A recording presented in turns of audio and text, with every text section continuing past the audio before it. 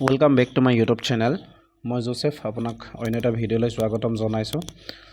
তো আজি আমি ডিছকাছ কৰিম ডিব্ৰুগড় বিশ্ববিদ্যালয়ৰ ফালৰ পৰা 2026-27 শিক্ষাবৰ্ষৰ 2 বছৰীয়া BEd পাঠ্যক্ৰমত নামভৰ্তিৰ বাবে ইয়াতে আপোনাৰ প্ৰয়োজনীয় নথিপত্ৰ আৰু লগতে আপোনাৰ অনলাইনৰ লাষ্ট ডেট আৰু এক্সাম কেতিয়া হ'ব আৰু ডকুমেণ্টছ কি ইম্পৰ্টেণ্ট হ'ব সেইবিলাকৰ ওপৰত আমি ডিছকাছ কৰিম। চ' বলক আমি ভিডিঅ'টো আৰম্ভ কৰোঁ।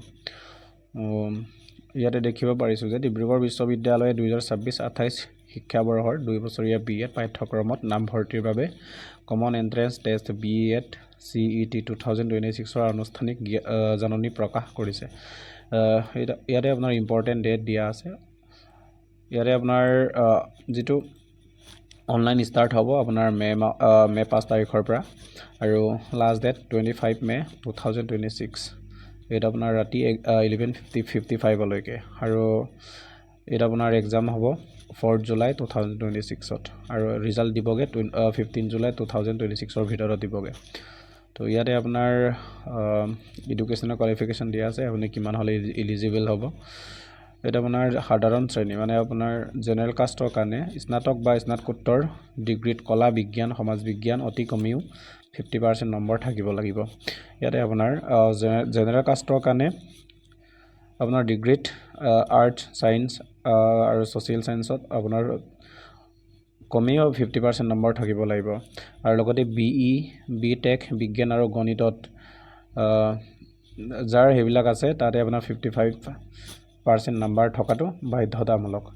আৰু ইয়াতে আপোনাৰ নম্বৰৰ ৰেহাইও দিয়া আছে। SC ST OBC MOBC আৰু PW কেণ্ডিডেটছৰ কাৰণে 5% ৰেহাই দিয়া হৈছে, অৰ্থাৎ 45% নম্বৰ থাকিলেও আবেদন কৰিব পাৰিব।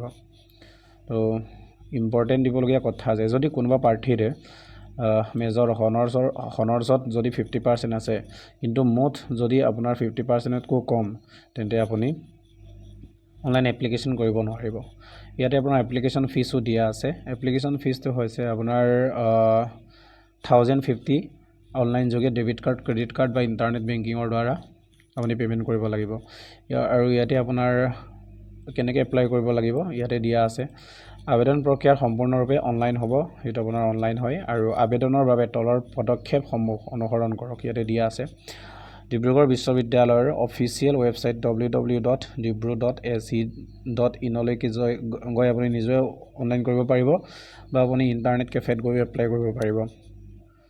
আৰু BE CET 2026 পৰ্টেল লিংকটো ক্লিক কৰিব। তাত মই আপোনাক তাত মোৰ ডেছক্ৰিপশ্যনত লিংকটো তাতে আপোনাক পিন কৰি দিয়া হ'ব আৰু ইয়াতে আপুনি ফাৰ্ষ্ট ৰেজিষ্টাৰ কৰিব লাগিব মোবাইল নাম্বাৰ আৰু পাছৱৰ্ড দি নতুনকৈ। ইয়াতে আপোনাৰ বেছি ডকুমেণ্টছ একো আপলোড কৰিবলৈ দৰকাৰ নাই, ফটো আৰু ছিগনেচাৰ আপলোড কৰিব লাগিব।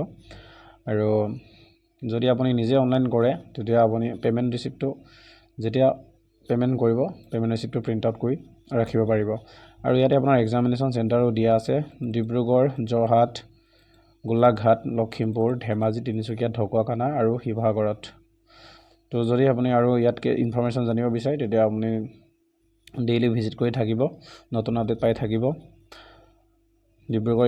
ডিব্ৰুগড় যিটো অফিচিয়েল ৱেবছাইট আছে তাত গৈ নিজেও আপুনি চেক কৰি থাকিব পাৰিব।